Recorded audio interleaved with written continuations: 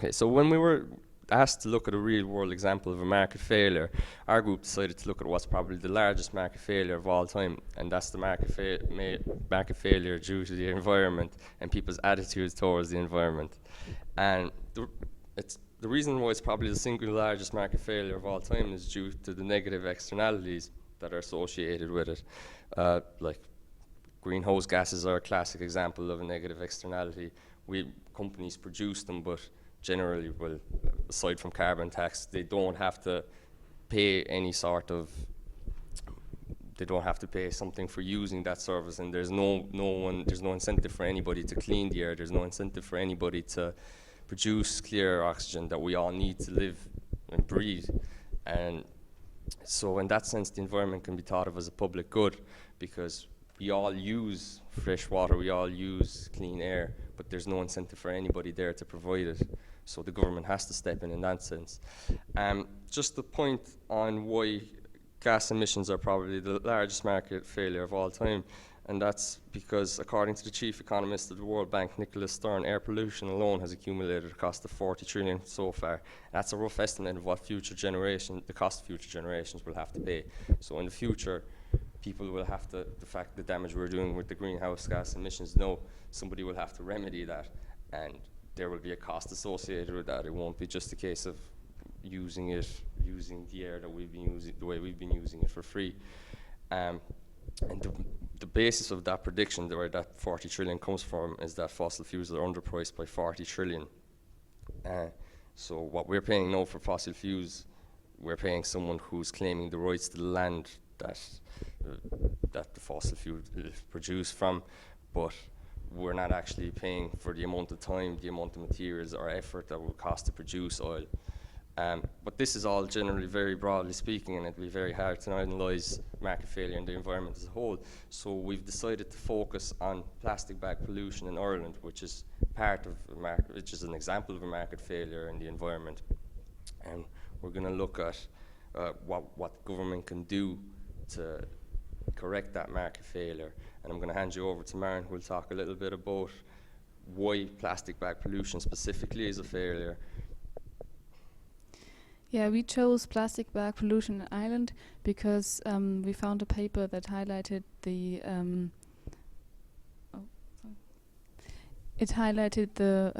role of the government in the presence of a market failure. And I'm going to explain now what kind of negative externalities plastic bags are associated with. So we have to keep in mind that a single plastic bag can take from hundreds to thousands of years to degrade. So it'll damage the environment for a very long time. And in the case of Ireland, around 5% of national litter was due to plastic bags. It's not a very high number, but the plastic bags are very visual in the environment, and because they get distributed around the countryside by the wind, and they do not only damage the visual image of the environment, but they also can pose a threat to the health of animals and humans. For instance, at least 1 million seabirds and 100,000 marine mammals die each year due to the millions of tons of plastic that have entered the oceans. And this can also have a negative effect on our health, since we are eating seafood that can have some particles of plastic in it. And the negative thing about plastic is that it absorbs toxic chemicals, which can lead to impaired reproductive ability and cancer. So these negative externalities lead to market failure, and the quantity of plastic bags supplied through the market is greater than the socially desirable. As you all know, we now have an example where the second fundamental theorem of welfare economics can be applied. That means the marginal social cost from plastic bags is larger than the marginal social benefit, and the government should intervene in order to reduce the amount of plastic bags. And Andrew is going to explain how the Irish government did that. So one of the most common types of state intervention available is that of the Pigouvian tax, which is given by this diagram here. So in a competitive equilibrium, agents will consider only the private costs of making decisions and ignore the harms from the pollution externality. The competitive equilibrium is given by point E1 on the diagram here, where the demand curve intersects with the marginal private cost curve, with Q2 quantity of plastic bags. The true social cost is the private cost plus the external cost. If there were no externality, the competitive equilibrium would maximise welfare. But because pollution exists in the market, the competitive equilibrium does not maximise welfare. So for a given amount of output, the full cost of one more unit to society, given by the marginal social cost, is the marginal private cost to the consumer plus the marginal external cost of the pollution externality. Welfare is maximised when price equals marginal social cost rather than when price equals marginal private cost, because the gain from reducing pollution from the competitive to the socially optimum level more than offsets the loss to consumers and producers from the lower level of output of plastic bags. The key implication of this is that because competitive markets produce too many negative externalities, government intervention may provide a social gain. So if a government has sufficient knowledge about pollution damage, demand and costs, it can force a competitive market to produce the socially optimum output by setting a tax on the externality equal to the marginal external cost. This raises the marginal private cost to the same level as the marginal social cost, and the new socially optimum equilibrium E2 with Q1 plastic bags. But in the Irish case, there was no attempt to measure the marginal social cost or the marginal external cost. So in essence, the plastic bag levy was not a Pigouvian tax. The levy is, however, an example of a particular market-based instrument called a product tax, similar in theory to a Pigouvian tax. But for a product tax, one doesn't need to estimate the marginal social cost or the marginal external cost. So what the government did instead was implement a tax sufficiently high so as to alter consumer preferences. And what that did is reduce consumption to a socially optimum level. A levy of this nature also has several advantages. Firstly, lower administrative and collection costs. The overall cost of setting up the tax was only about €2 million at the time. It's also easier for decision makers to understand, both at the governmental level and the consumer level, and taxation offers greater equity advantages over other measures. Another type of possible state intervention is that of a materials levy, and this is a particular tax which is placed on the producer of plastic bags, so that would lower output. This was done in the Danish case, where a weight differentiated system was applied to plastic and paper bags, but this was rejected in Ireland because the aim of the proposed Irish tax was different. It was to reduce visual pollution, while in Denmark the aim was simply to reduce the quantity of plastic used in manufacturing plastic bags. Another form of state control or state intervention is that of direct controls, so specifically rationing and prohibition. So for example, an issue with direct controls is, however, that they are costly to enforce and almost impossible to monitor. Beaumont and Oates, in their very famous work on environmental economics in 1975, noted that if enforcement is effective, and only if enforcement is effective, direct controls can induce the desired environmental effects. But as noted, direct controls are extremely difficult to implement. A final type of state intervention we're going to examine is that of moral incentives.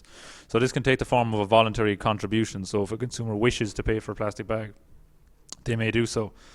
There's uncertain effects, however, as the only compensation offered to the consumer is satisfaction or avoiding a guilty conscience.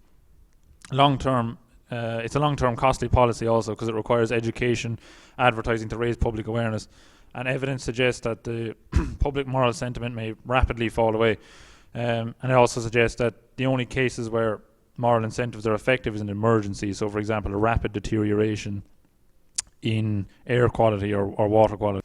So Ivan will now cover some of the issues associated with implementing a tax. Okay, so as Andrew mentioned, the route that the Irish government decided to go with was to implement a tax, but there's a number of issues with implementing a tax. And the first of that is public acceptance. Will the public actually be happy about the tax, which usually isn't the case?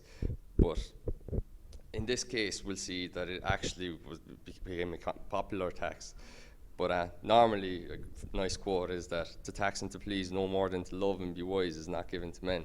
So it's, in a sense, it's not a politically attractive strategy to tax, even if it's environmental cost.